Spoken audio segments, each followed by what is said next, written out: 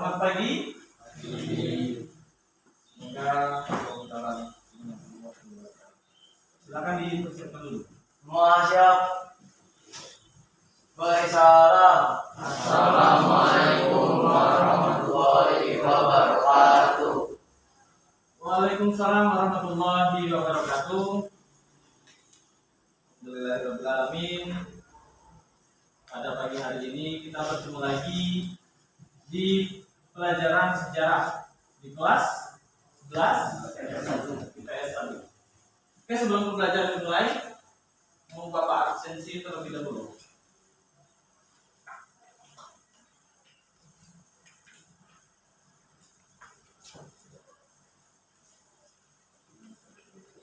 Aditya Supriyanto. Biar Pak, tapi kami panggil dulu. Panggil dulu. Tapi hadir kan? Hadir. Afial Doha. Hadir Pak. Algi Aditya. Hadir Pak.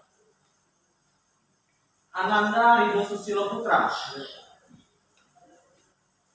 Ini lagi dulu ya. Anas Kurniawan. Ayesa Urbazanda. Desta Lubis. Hadir Pak.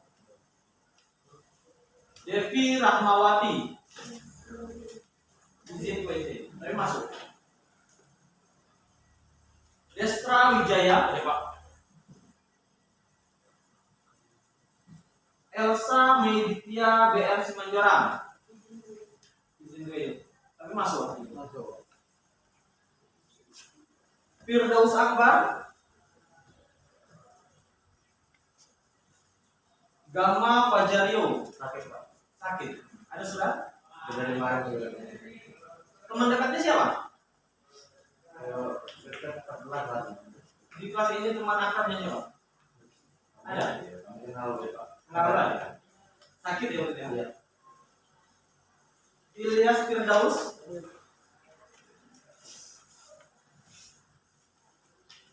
Muhammad Dafa Al-Farisi. Muhammad Farhan. Apa? Apa? Iya. Dalam mana maksudnya? Mana Mas Pak?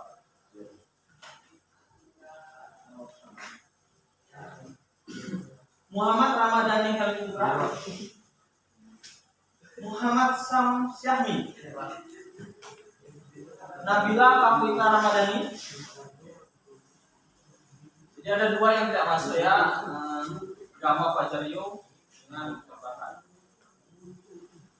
Oke baik, pada pertemuan yang minggu lalu kita sudah belajar mengenai latar belakang dan strategi pergerakan nasional.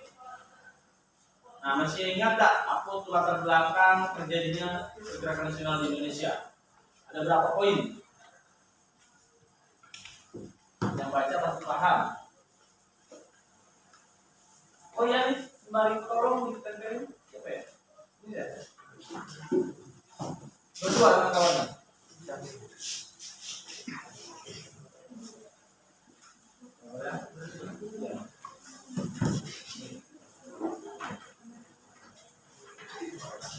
Ada yang masih ingat apa yang melatar belakangi peristiwa pergerakan nasional di Indonesia?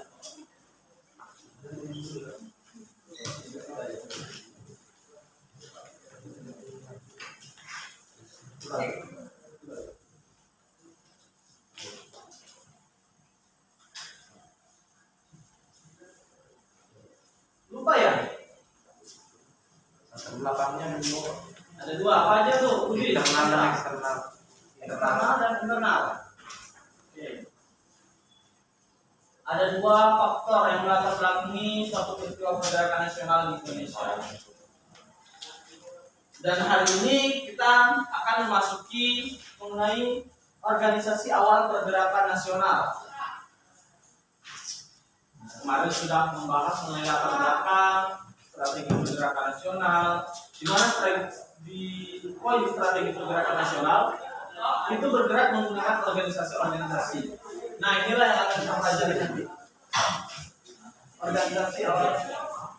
Organisasi awal pergerakan nasional. Nah, dari pembelajaran ini nanti kalian akan memahami organisasi apa aja pertama. Seterusnya organisasi ini bergerak pada bidang apa saja. Nah, itu yang menjadi tujuan dari pembelajaran ini. Kalian diharuskan untuk paham pada materi ini. Jadi, Bapak harap kalian memperhatikan nanti ketika Bapak menjelaskan. Bisa dipahami? Bisa? Oke, semangat ini untuk belajar. Harus semangat. Karena apa? Kita sebagai generasi muda, generasi milenial ya, yang disebut sebagai generasi milenial, tentu kita setiap hari diberikan kesempatan untuk belajar. Kalau zaman dulu tidak semuanya bisa belajar seperti kalian. Maka dari itu manfaatkan kesempatan itu dengan baik. Jangan sampai kalian menyia-nyiakan.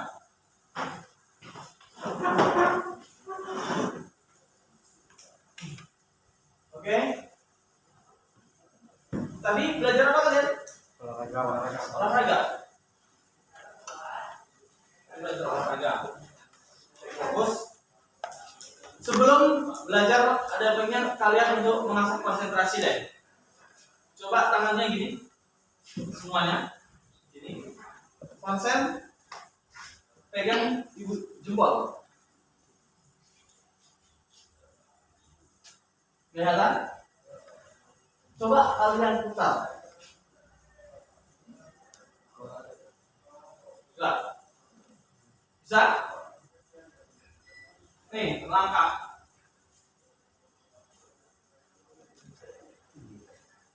Ayo. Langkah. Jadi kalian konsen dulu. Fokus. Makin cepat. Itu bukan diputar-putar. Bukan diputar-putar. Langkah. Nah.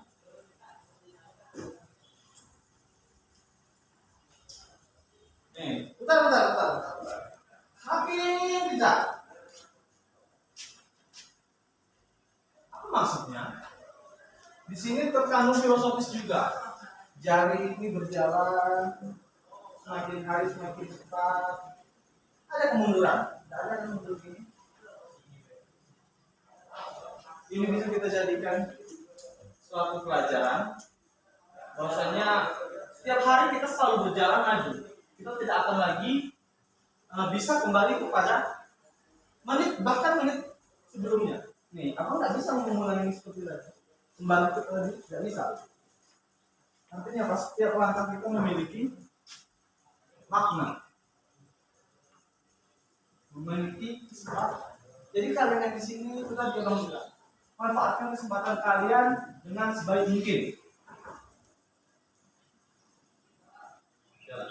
Oke, sudah. Lanjut kita pada materi organisasi awal pergerakan nasional. Di buku kalian ada pada halaman ke 66 ya. Budi Utomo. Oke, abang harap kalian jangan memainkan gadget kalian terlebih dahulu sebelum abang menurut kalian. Organisasi awal pergerakan nasional. Pertama, Budi Utomo yang lahir pada tahun 1908, tepatnya pada tanggal 20 Mei 1908. Budi Utomo sebelum berdiri itu dipelopori oleh Dr. Wahidin Sudirohusodo. Siapakah beliau? Beliau ini seorang priai, tokoh cendekiawan pada saat itu yang peduli akan pendidikan di Indonesia, di mana pada saat itu Indonesia yang sedang terjajah,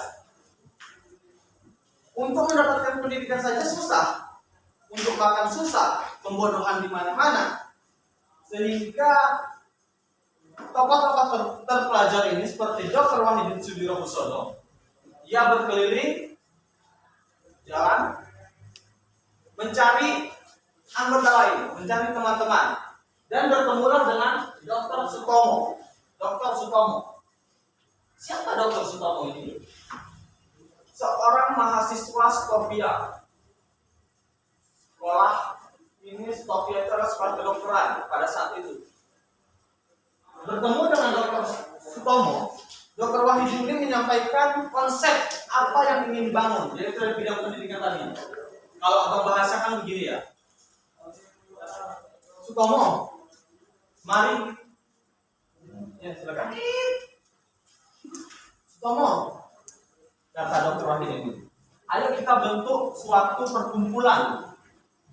Perkumpulan itu kita bergerak pada bidang pendidikan. Karena kita melihat banyak rakyat Indonesia, masih banyak anak-anak muda Indonesia pada saat itu sebenarnya memiliki kemampuan, tapi tidak mendapatkan kesempatan dan tidak memiliki dana untuk meneruskan pendidikan. Sehingga Dr. Sutomo ini sepakat dengan konsep dari Wahyudin Sudirokusumo ini, lalu mereka membentuk sebuah organisasi Budi Utomo yang diketuai oleh Dr. Sutomo. Dr. Sutomo ini bersama kawan-kawan lain Stovia. Misalkan kalian ada kelompok Stovia ya, yang sekolah Stovia gitu. Misalkan ini Dr. Sutomo, ini mengajak kawan-kawannya juga untuk bergerak. Oke lah, ayo bergerak. Setelah bergerak, mereka mendirikan Budi Utomo ini. Baru fokus pergerakannya adalah ini, studi pon. Apa studi pon? Sebuah pengayaan dana pendidikan. Jadi mereka ini kelompok Budi Utomo ini orang-orangnya mereka iuran untuk baik itu kedokteran ini kan dari sekolah dokter tadi, mereka memberikan kesehatan kepada masyarakat, terus memberikan pendidikan, sehingga disebut ini studi pon, yaitu pengayaan dana pendidikan. Jadi kalian ini saling sumbangan, ayo kita mengumpulkan uang. Kita mengumpulkan uang ini kita gunakan untuk membangun pendidikan Indonesia. Ya seperti anak-anak yang tidak mampu sekolah tadi dibiayai sekolah, yang anak-anak tidak mendapatkan kesempatan sebenarnya yang mampu dalam pemikirannya langsung diberikan dana-dana itu tadi. Nah, awal Budi Utomo ini adalah tentang pendidikan kan? Tentang pendidikan, yang bergerak dalam bidang pendidikan, sosial dan budaya. Lalu dari hasil kongres, nih di kongres ya, suatu kumpulan, forum, rapat. Hasil kongres Budi Utomo yang pertama yang dilakukan pada 3 sampai 5 Oktober 1908 itu menetapkan sebagai berikut, ada 4. Apa ada dari belakang? Enggak kan? Yang membacakan. Hasil kongres, 1. Menyusun pengurus besar. Ada itu di dalam buku kalian. Yang kedua, mengesahkan anggaran dasar, anggaran rumah tangga. Yang ketiga, fokus gerakan dari Budi Utomo ini adalah Jawa dan Madura. Selanjutnya, yang terakhir, Jogja itu dijadikan sebagai pusat organisasi Budi Utomo. Jadi pusatnya di mana? Pusat dari Budi Utomo di mana? Jogja. Nah, di sini disusunlah pengurus besar. Tidak lagi Dr. Sutomo sebagai ketua, tapi diganti oleh Bupati Karanganyar yang bernama siapa dia? Dalam buku kalian ada? Coba cek hasil kongres.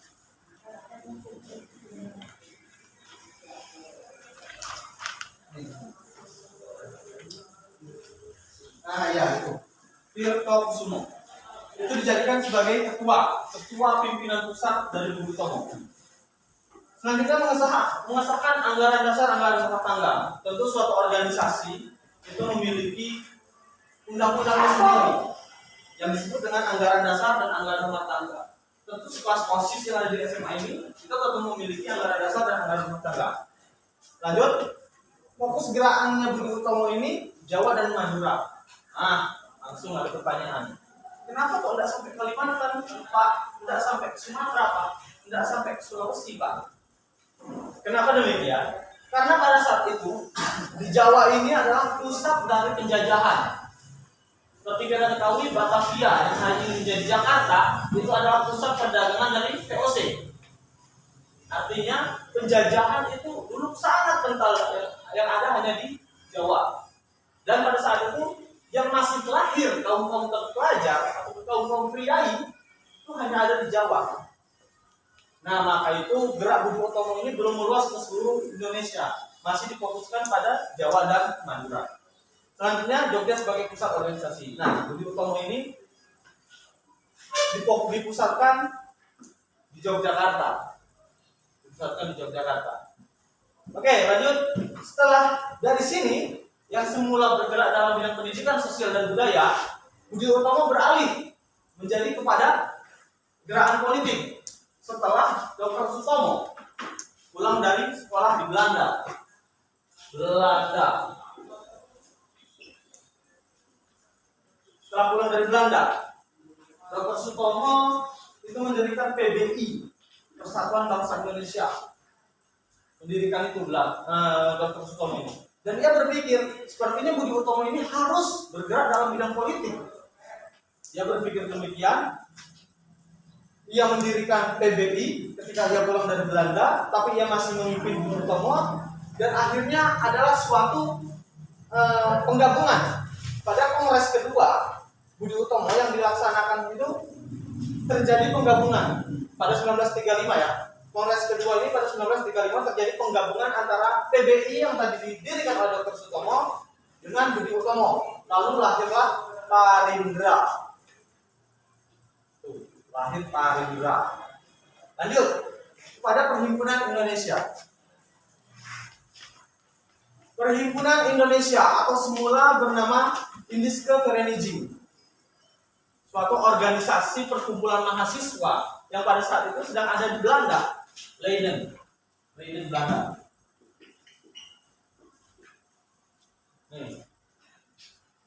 Nih gambarnya. Mahasiswa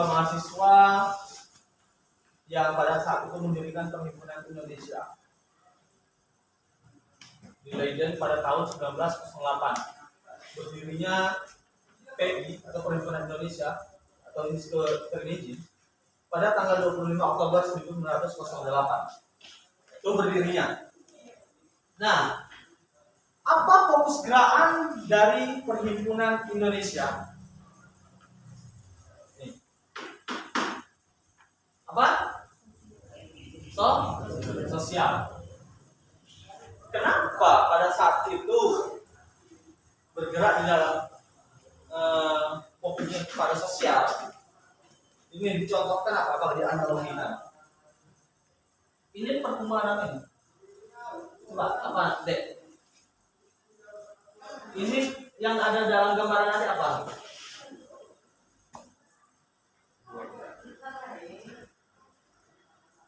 Ada yang bisa? Perkumpulan. Selanjutnya? Organisasi. Selanjutnya? Yo, apa? Apa deh? Gambar ini apa? Apa? Keluarga. Oke. Jadi sosial ini diistilahkan sesuatu perkumpulan mahasiswa pada saat itu yang bergerak pada dalam bidang sosial. Kenapa PI ini bergerak dalam bidang sosial? Jadi tanya, mengapa? Karena pada saat itu mahasiswa Indonesia yang sekolah ke luar negeri, ke Leiden ini khususnya, ke Belanda, itu mereka membuat suatu perkumpulan. Contoh, kalian nanti semuanya misalkan sekolah di Malaysia, tentu kalian akan reuni nanti di sana kan. Aku ada di ini loh, di Kuala Lumpur, aku di Selangor, aku di Sarawak dan lain sebagainya. Ayo kita kumpul. Kalian berkumpul nanti di Kuala Lumpur misalnya kan. Kalian ini abang istilahkan dulu. Kalian berkumpul di Kuala Lumpur. Kalian membentuk suatu sosial. Apa gerakan sosial di sini yang dilakukan oleh Perhimpunan Indonesia? Yaitu saling membantu satu sama lain. Misal siapa ada yang namanya tadi Syahmi ya? Syahmi belum dikirim oleh orang tuanya, selama di Malaysia belum dikirim uang sama orang tuanya. Lalu Desta, aku ada uang nih, silakan kamu pinjam dulu sembari menunggu orang tua kamu mengirim uang. Itu yang dilakukan pada saat itu kayak gitu, saling berbagi makan ataupun apa gitu kan. Itu awal mula pergerakannya Timur Indonesia. Jadi mereka ini sadar, oh dia saudara aku dari Indonesia, aku harus membantu, aku harus menemuinya, aku harus bersilaturahmi dengannya. Itu awalnya lah. Setelah itu kembali lagi, ini bergerak dalam bidang politik.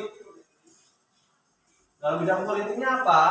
Ketika pada saat itu Perhimpunan Indonesia ini ataupun ini Keperindikti ini masuk seorang Dr. Cipto Mangunkusumo bersama kawan-kawannya, yaitu Ki Hajar Dewantara, itu masuk ke Perhimpunan Indonesia. Dia berpikir kita mumpung ini kesempatan kita loh, ini kesempatan kita memperkenalkan Indonesia kepada kancah internasional, di mana pada saat itu Indonesia belum dikenal oleh negara manapun. Yang hanya ditahu adalah Hindia Belanda. Indonesia pada saat itu masih namanya Hindia Belanda. Jadi belum dikenal nama Indonesia. Barulah mereka memasuki kepada Liga Anti Imperialisme dan Penindasan Kolonial, di mana pada saat itu bangsa Indonesia masih dalam penindasan imperialisme dan kolonial. Lalu mahasiswa ini masuk dalam forum ini, forum internasional ini yang diadakan di Prancis pada tahun 1926. Yang menyampaikan dalam forum ini adalah Bung Hatta, wakil presiden Indonesia kedua. Bung Hatta menyampaikan keadaan Indonesia pada saat itu. Kalau abang membahasakan, hari ini Indonesia masih dijajah. Hari ini Indonesia masih mengalami kebodohan. Indonesia masih mengalami keterpurukan. Sumber daya manusianya disalahgunakan oleh masyarakat kolonial Hindia Belanda, bla bla bla dan sebagainya. Itu yang dikatakan oleh Bung Hatta pada saat itu di forum internasional ini. Dan pada saat itu juga yang menjadi hal terpenting hingga saat ini, Bung Hatta itu menyampaikan nama ataupun memperkenalkan nama Indonesia pertama kali di kancah internasional. Pada saat itu yang abang bilang tadi, bahwasanya belum sampai Indonesia belum dikenal oleh negara luar, baru melalui forum ini Indonesia mulai diperkenalkan. Kita Indonesia, bukan lagi Hindia Belanda. Nah, tentu ada kemarahan dari masyarakat Hindia Belanda yang saat itu sedang menjajah di Indonesia. Marah nih mendengar, kok kurang ajar sekali mahasiswa itu. Beraninya dia menyampaikan udah ada negara Indonesia, padahal kita masih dalam Hindia Belanda. Di situ terjadi kemarahan dari pemerintah Hindia Belanda. Lalu dibubarkannya Perhimpunan Indonesia ini. Lalu dihilangkannya mahasiswa yang ada pada saat itu kembali ke tanah air, seperti Ki Hajar Dewantara yang membentuk suatu perguruan mahasiswa.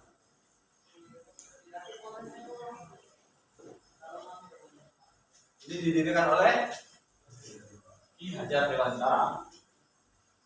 Tuh, ketika dia sudah pulang itu, lalu karena dia sudah mendapatkan ilmu yang merasa cukup, yang mendirikan mahasiswa. Ki Hajar Dewantara yang mendirikan. Lanjut kepada yang ketiga, Organisasi Perserikatan Muhammadiyah. Ini salah satu organisasi juga pada awal pergerakan nasional, di mana kita ketahui Muhammadiyah berdiri pada tanggal 18 November 1912 di kampung Kauman Yogyakarta. Di Yogyakarta. Sebagai pendiri awal siapa? Yaitu Kiai Haji Ahmad Dahlan. Kiai Haji Ahmad Dahlan pada saat itu melihat latar belakang di Yogyakarta khususnya terjadi banyak penyimpangan. Terjadinya kebodohan yang Bapak bilang tadi, terjadinya kemiskinan. Ini akan kita bahas. Fokus pertama gerakan Muhammadiyah pada saat itu adalah bidang keagamaan. Nih, kawan-kawan lihat, adik-adik bisa lihat gambar apa nih? Nampak tak? Nampak tak? Coba nih. Apa nih? Coba sampaikan ke kawan-kawannya. Sini. Sampaikan aja. Ini gambar apa?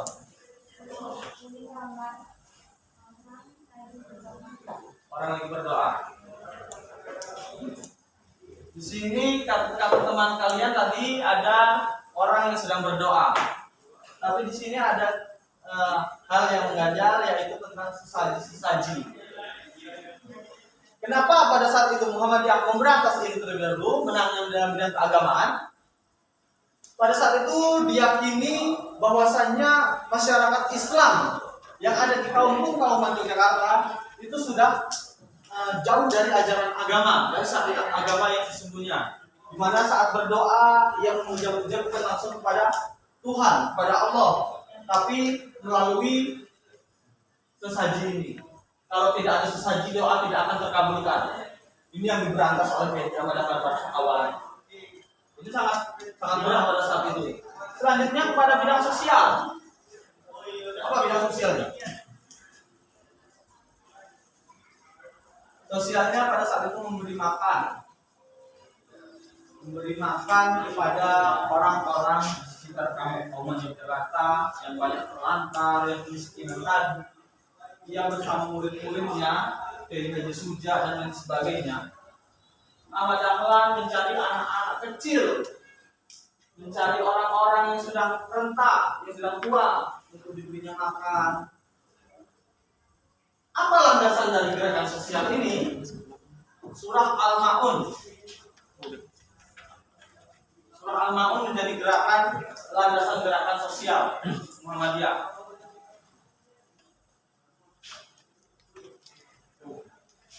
Menjadi landasan ketika ia ingin melakukan sosial.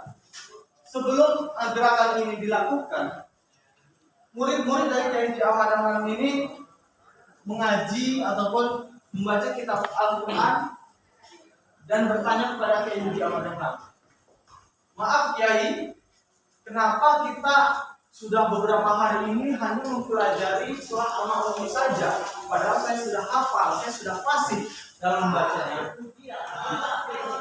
Itu yang ditanyakan oleh murid-murid KMJ Ahmad Dahlan. Lalu KMJ Ahmad Dahlan bertanya, apakah kamu yang benar-benar sudah hafal? Sudah Kiai. Sudah Kiai, saya sudah hafal. Bahkan setiap sholat saya menggunakan surah itu. Saya baca surah itu. Lalu KMJ Ahmad Dahlan menanyakan lagi, apakah ini sudah kalian amalkan? Apakah surah Al-Ma'un ini sudah kalian amalkan dalam kehidupan kalian? Lalu KMJ Ahmad Dahlan ini menyuruh kepada siswanya, coba kalian cari orang-orang miskin di kampung Kauman Yogyakarta ini.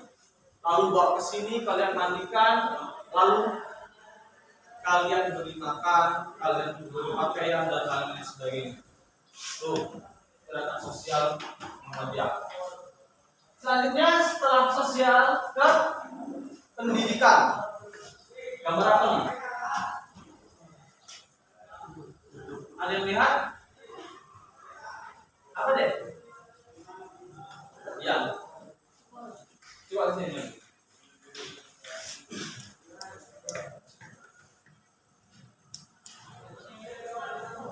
Sekolah. Gambar sekolah. Oke. Duduk. Kata teman kalian ini gambar sekolah. Ya. Ini sekolah yang hari ini dikenal sebagai perguruan tinggi Muhammadiyah yang ada di Surakarta atau UMS, Universitas Muhammadiyah Surakarta. Universitas Muhammadiyah Surakarta hari ini menjadi universitas Islam terbaik nomor 3 sedunia bahasa Indonesia nomor 3, bahkan mengalahkan Universitas Al-Azhar Kairo. Ada 8 universitas Muhammadiyah yang masuk dalam 50 besar universitas Islam terbaik. Nah, salah satunya ini UMS. Lanjut kepada materi. Muhammadiyah pada saat itu bergerak pada bidang pendidikan. Kenapa pada saat itu bergerak dalam bidang pendidikan? Ya, seperti yang abang bilang tadi, bahwasanya masyarakat di kampung Kauman Yogyakarta itu masih dalam keadaan kemiskinan, kebodohan, keterbatasan, pendidikan memang belum ada pada saat itu. Lalu ini Kiai Haji Ahmad Dahlan mencoba merintis pendidikan, tapi bukan dengan hal mudah. Yang mendirikan pendidikan, yang didirikan di rumahnya, yang mendapatkan pertentangan dari kaum tradisional, kaum kolot pada saat itu. Loh, Pak, kenapa kok ditentang? Padahal tujuan Kiai Haji Ahmad Dahlan itu bagus mendirikan sekolah. Itu kira-kira pertanyaannya. Jadi pada saat itu pendidikan yang ada sebelum pendidikan Muhammadiyah ini berdiri hanya ada pendidikan kolonial, di mana sistem pengajarannya, sistem pendidikannya adalah bergaya barat tanpa memasukkan ilmu-ilmu agama di dalam pendidikan tersebut. Misal nih, ini kita udah pendidikan nih, tapi kalian hanya diajarkan ilmu-ilmu umum saja, berhitung, membaca, ilmu sains, matematika, tanpa diajarkan ilmu agama. Sehingga lulusan dari sekolah itu dia tidak paham dengan agama, sehingga membiarkan agama yang seperti ini tadi, membiarkan agama seperti ini dan dianggapnya ini benar tanpa mempelajari agama itu tadi. Nah, lalu ada juga pendidikan tradisional. Pendidikan tradisional ini hanya khusus mengajarkan pendidikan keagamaan tanpa memasukkan ilmu-ilmu yang lain, ilmu-ilmu umum, matematika, bahasa dan sebagainya. Hanya fokus terhadap belajar tapi tanpa mengetahui ilmu-ilmu yang sudah maju, sains. Tentu ada pada saat itu ada dua sistem pendidikan yang ada di kampung-kampung Yogyakarta khususnya. Ada dua. Pertama tadi yang bergaya barat, dan yang satu lagi sistem pendidikan tradisional. Nah, Kiai Haji Ahmad Dahlan ini mendirikan pendidikan dengan menyatukan kedua sistem tadi. Sistem tadi sudah disatukan, ya bangun sekolah dengan gaya modern, dengan sistem meja, kursi seperti ini. Pada saat itu belum ada pendidikan yang menggunakan meja kursi, menggunakan papan tulis, menggunakan kelas-kelas, dan itu didirikannya di rumah beliau. Di salah satu ruangan itu bersama murid-muridnya tadi, saya akan mendirikan sekolah. Sekolah itu didirikan pada tahun 1911. Bahkan Muhammadiyah itu belum berdiri, 1911 ya. 1911. Sekolah pertama yang didirikan apa? Madrasah Diniyah Ibtidaiyah, yang hari ini sudah berproses berevaluasi menjadi Madrasah Mu'allimat Yogyakarta, Madrasah Mu'allimin dan Mu'allimat Yogyakarta. Hari ini masih ada itu sekolah. Sekolahnya sekarang setara dengan SD, SMP, SMA, satu kompleks. Jadi pada saat itu yang pendidikan tadi madrasah Diniyah Ibtidaiyah,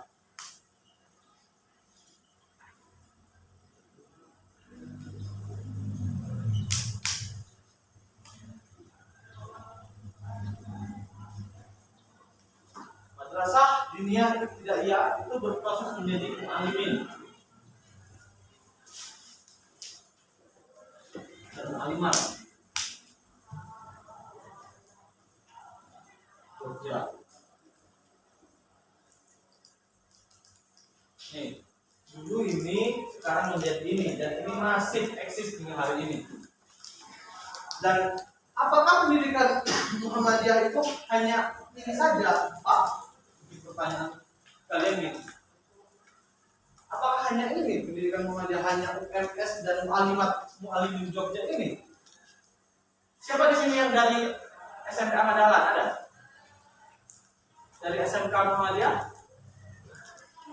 SMA Kota Jambi, SMA Muhammadiyah Kota Jambi, SMP MTS, nggak ada. Itu yang ada di Jambi ya, Kota Jambi. Yang ada di Kota Jambi itu Universitas Muhammadiyah Jambi. Setiap tahunnya selalu berkembang terus pendidikan yang dimiliki Muhammadiyah. Hingga ke pelosok-pelosok negeri. Di Jambi, provinsi Jambi itu ada 5 5 universitas milik Muhammadiyah. 1 Universitas Muhammadiyah Jambi, kedua STKIP Muhammadiyah Muarabungo, 1 yang ketiga ITB Institut Teknologi Bisnis Sarolangun Muhammadiyah Sarolangun, ITB Muhammadiyah Kerinci, dan 1 lagi STKIP Muhammadiyah Kerinci. Ada 5. Itu baru di Provinsi Jambi. Kalau kita lihat lagi keluar, masih banyak. Di Jogja ada Universitas Muhammadiyah Yogyakarta, ada Universitas Aisyah Yogyakarta, ada Universitas Ahmad Dahlan. Belum lagi STKIP atau institut-institut yang lain. Di mana lagi di Palembang ada Universitas Muhammadiyah Palembang, di Riau Universitas Muhammadiyah Riau. Semua provinsi bahkan sekarang sudah ada pendidikan Muhammadiyah. Untuk hari ini eksis, Muhammadiyah ini masih eksis hingga hari ini. Di Papua, bahkan di Papua, Universitas Pendidikan Muhammadiyah Sorong, Uni Muda Sorong, 80% mahasiswanya adalah mayoritas umat Katolik. Padahal universitas itu milik organisasi Islam. Kok bisa ya? Itu adalah komitmen Muhammadiyah dalam membangun bangsa hari ini. Dia tidak pandang bulu, tidak pandang ras, tidak pandang agama. Meskipun Muhammadiyah ini adalah organisasi Islam, tapi dia menyampaikan dakwahnya hingga kemana-mana. Banyak sekali kalau kita lihat hari ini. Dari bidang sosial ada Lazismu, MDMC, MCCC. Apa itu? Lazismu, Lembaga Amal Zakat Infak Sedekah Muhammadiyah. MCCC, Muhammadiyah COVID Command Center, yang pada saat itu menangani COVID. Hingga hari ini masih memberikan suntik vaksin, memberikan hand sanitizer, memberikan masker kepada masyarakat. Terus MDMC, apa MDMC? Muhammadiyah Disaster Movement Center.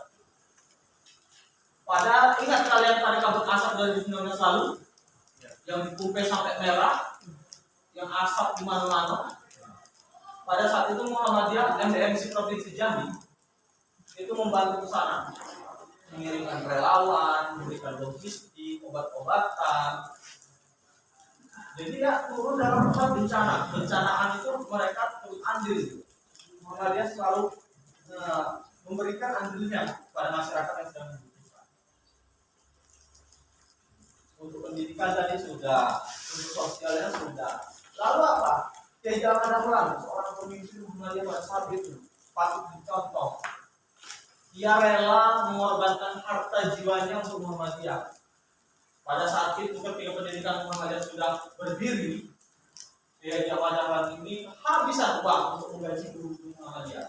Lalu dia mengumpulkan orang-orang di kampung itu. Dia memberitahu, dana kita sudah habis, sedangkan guru-guru Muhammadiyah belum digaji kan.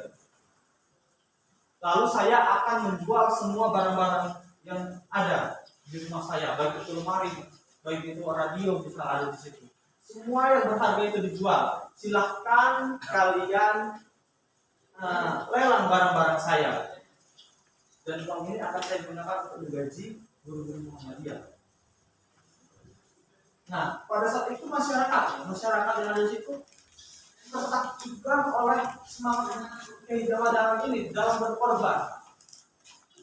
Dia memberikan sumbangan tanpa mengambil barang-barang yang ada itu tadi, karena dia merasa memiliki Muhammadiyah. Saya adalah bagian dari Muhammadiyah. Itu yang dirasakan masyarakat kampung Kauman Balikpapan. Dan yang pepatah Kiai Jamal Dahlan masih saya ingat adalah hidup di dalam Muhammadiyah, jangan pernah mencari kehidupan di dalam Muhammadiyah. Apa artinya?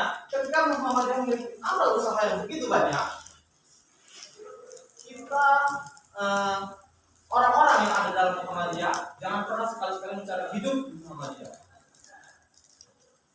Maksudnya mencari hidup apa? Hanya mau mencari pekerjaan saja di Muhammadiyah, tanpa mau berkorban menghidupi Muhammadiyah sendiri. Nah, itu adalah bukti eksistensi Muhammadiyah hari ini. Ketika kader-kader Muhammadiyah, ketika orang-orang Muhammadiyah hari ini itu menghidupi Muhammadiyah.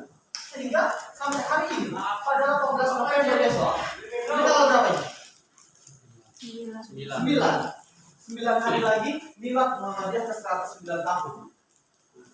109 tahun. Usianya lebih tua daripada Indonesia. Indonesia 1945, Muhammadiyah berarti 1912. Satu abad lebih Muhammadiyah. Nah, banyak yang belajar dulu.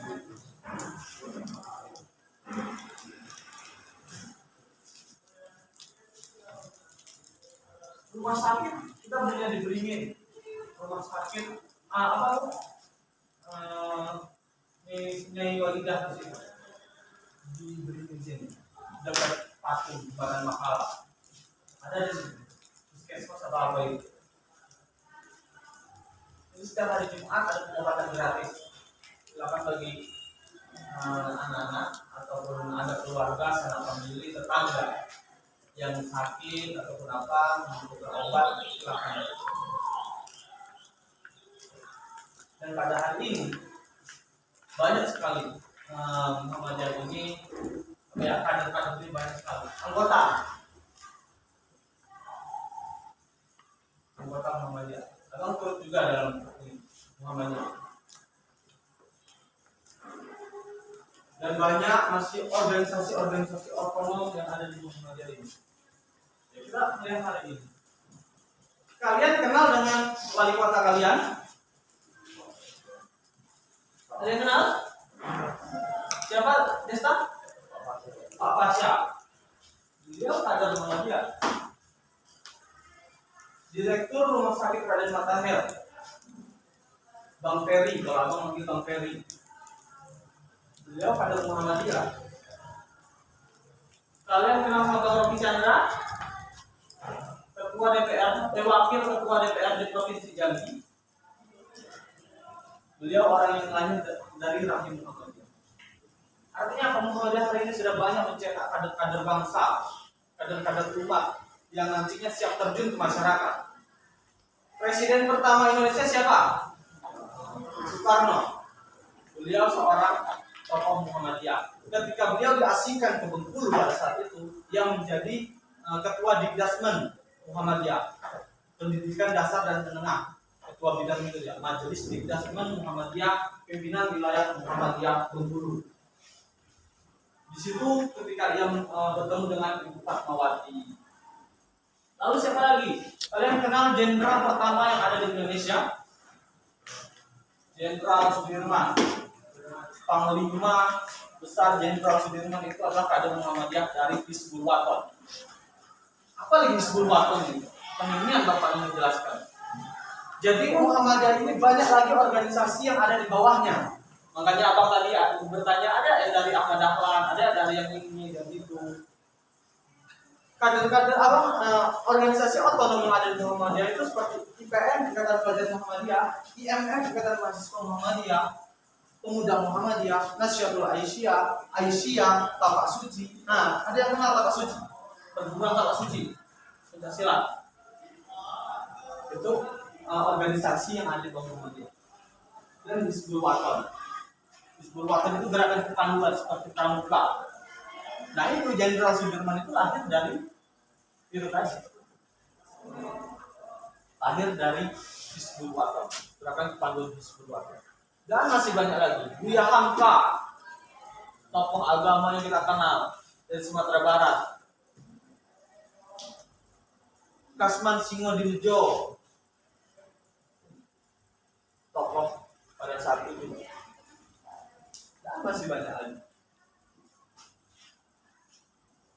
Pak Wakil Wali Kota juga itu orang namanya Pak Dokter Maulana.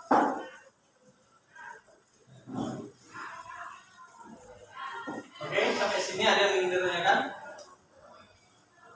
Sebelum apa memberikan kalian tugas? 15 menit lagi. 13. Silakan, ada yang ditanyakan? Sebelum apa yang bertanya?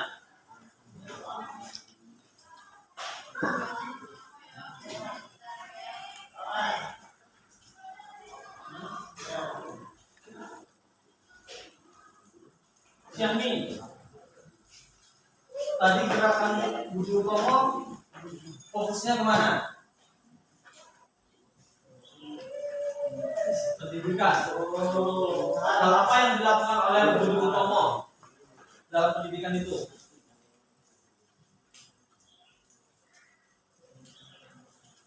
Memberikan pendidikan kepada masyarakat melalui studi pon ataupun penggalangan dana. Oke, terus. Ada siapa Nabila ya? Nabila. Perhimpunan Indonesia. Tadi bergerak dalam bidang fokus gerakan semula tadi. Awal.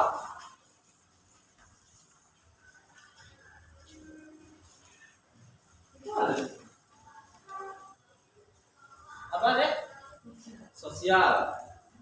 Bergerak pada bidang sosial. Yaitu perkumpulan mahasiswa yang tadi di situ. Lalu berani masuk pada forum internasional, berubah dari sosial ke politik. Bagus. Ada yang ditanyakan?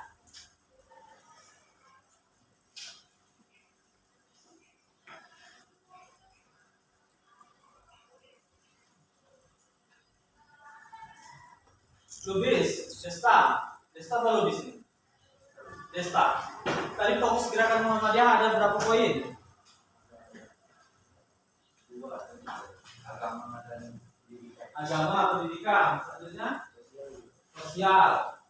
Jadi ada 3. Fokus gerakan Muhammadiyah pada 3. Oh iya, ada yang belum abang sampaikan tadi. Jadi di Muhammadiyah, bukan di Muhammadiyah, pendirian Muhammadiyah itu dilatar belakangi dari surah Ali Imran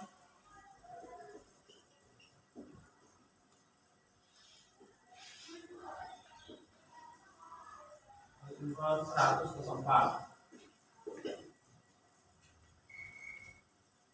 Silakan coba kalian cari di internet.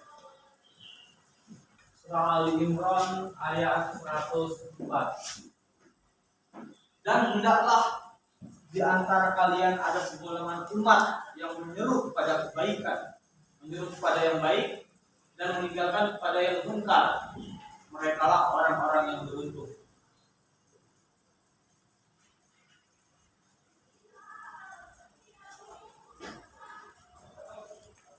Nah, ada.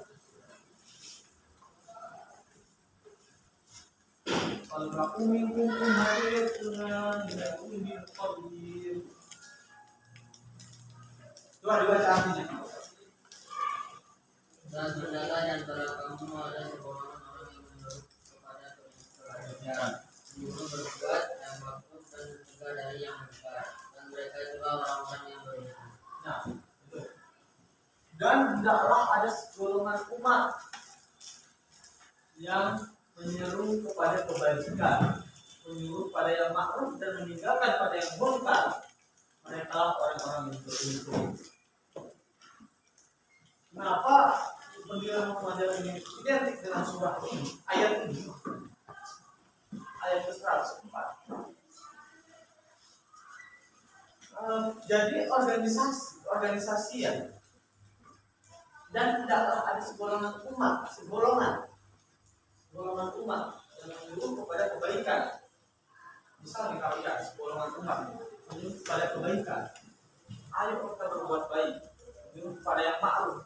Artinya perbuatan-perbuatan yang memang diwajibkan ataupun itu bernilai ibadah, dan meninggalkan kepada yang munkar. Munkar itu keburukan semua ditinggalkan, dan mereka orang-orang yang beruntung. Dari perkumpulan itu tadi mereka adalah orang-orang yang beruntung. Itu berlandaskan ini. Oke, itu tadi ada yang ketinggalan. Pendirian Muhammadiyah itu berubah dan kita Bapak tanya, kenapa Muhammadiyah masih eksis hingga hari ini? Ada yang bisa? Ada yang bisa? Seperti yang Bapak bilang tadi, banyaknya amal usaha, banyaknya orang yang mengikuti Muhammadiyah, dan jangan mencari kehidupan. kehidupan di dalam Muhammad. Oke, kalau tidak ada pertanyaan, abang yang bertanya.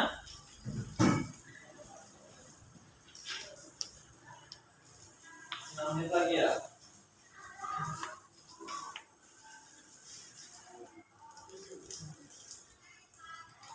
Silakan di foto supaya.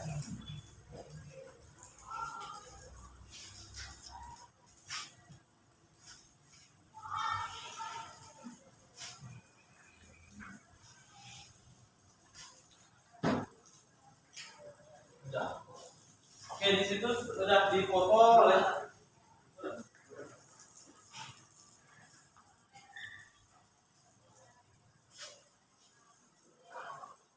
silakan nanti kalian buka WA-nya masing-masing. Kirim ke dalam YouTube ya. Di situ Bapak memberikan soal kepada kalian. Tidak banyak, hanya 3. Hanya 3 soal. Jadi dari materi hari ini tidak akan melenceng jauh-jauh, Pak. Masih materi pada hari ini. Silakan kalian kerjakan sembari menunggu waktu habis. Nanti kalau itu belum selesai, silahkan pengumpulan tugas terakhir pada tanggal 11 November. Itu ada pukul 21.00. Kalau WA apa ya? Kirim ke WA Bapak saja.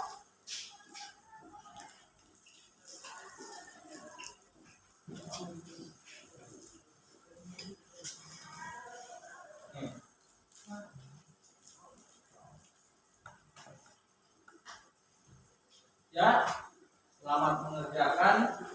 Ada lagi yang ditanyakan enggak? Sebelum kita akhiri. Ada yang mau menyimpulkan pembelajaran kita pada hari ini? Tidak ada. Coba belajar menunjukkan. Walaupun itu salah, silakan. Yang kalian pahami dari buku utama, kiraannya apa, berdiri berapa, tidak ada.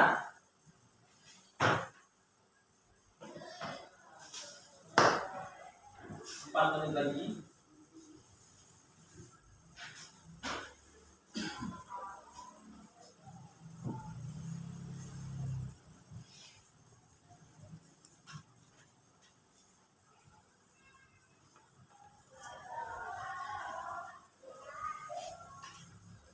Oke, kalau tidak ada, sebelum Bapak tutup, mungkin Bapak simpulkan dulu untuk perihal pembelajaran kita pada hari ini. Jadi organisasi-organisasi pergerakan nasional pada saat itu didirikan itu tujuannya yaitu berjuang melawan penjajahan, baik itu dari segi sosial, dari segi politik, keagamaan, pendidikan, dan lain sebagainya. Jadi pada saat itu organisasi pergerakan nasional ini sangat dibutuhkan oleh bangsa Indonesia. Kaum-kaum terpelajar, kaum-kaum dari priai, kaum-kaum tokoh-tokoh Islam itu sangat dibutuhkan pada saat itu. Sehingga muncullah organisasi-organisasi awal pergerakan ini dijadikan sebagai senjata dalam melawan penjajahan yang ada di Indonesia. Karena pada saat itu Indonesia bangkit oleh orang-orang ini yang mendirikan organisasi. Dan perlu digarisbawahi masih banyak sekali organisasi-organisasi awal pergerakan nasional. Bukan hanya 3 ini ya. Ada Industri Partage, ada Syarikat Dagang Islam, Partai Nasional Indonesia, Partai Komunis Indonesia, dan lain sebagainya. Masih banyak. Tapi karena waktu kita yang memadai, yang membatasi pembelajaran kita, mungkin untuk hari ini 3 terlebih dahulu. Nanti kalau ada kesempatan di lain waktu, akan Bapak ajarkan kepada kalian apa yang perlu kita pelajari pada hari ini. Jika tidak ada yang ingin ditanyakan, mungkin Bapak cukupkan.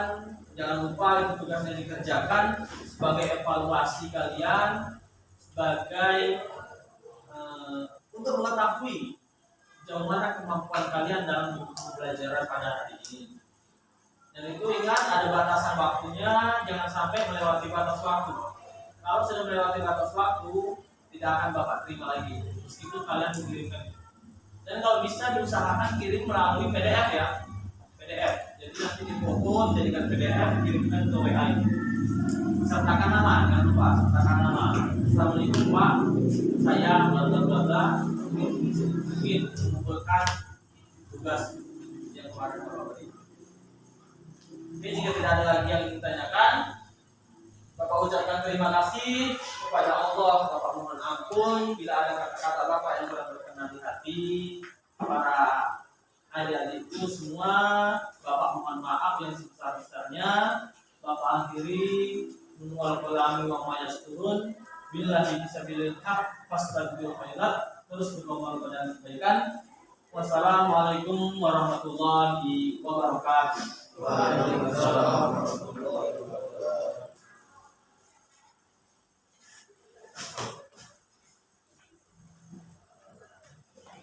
Oke, terima kasih.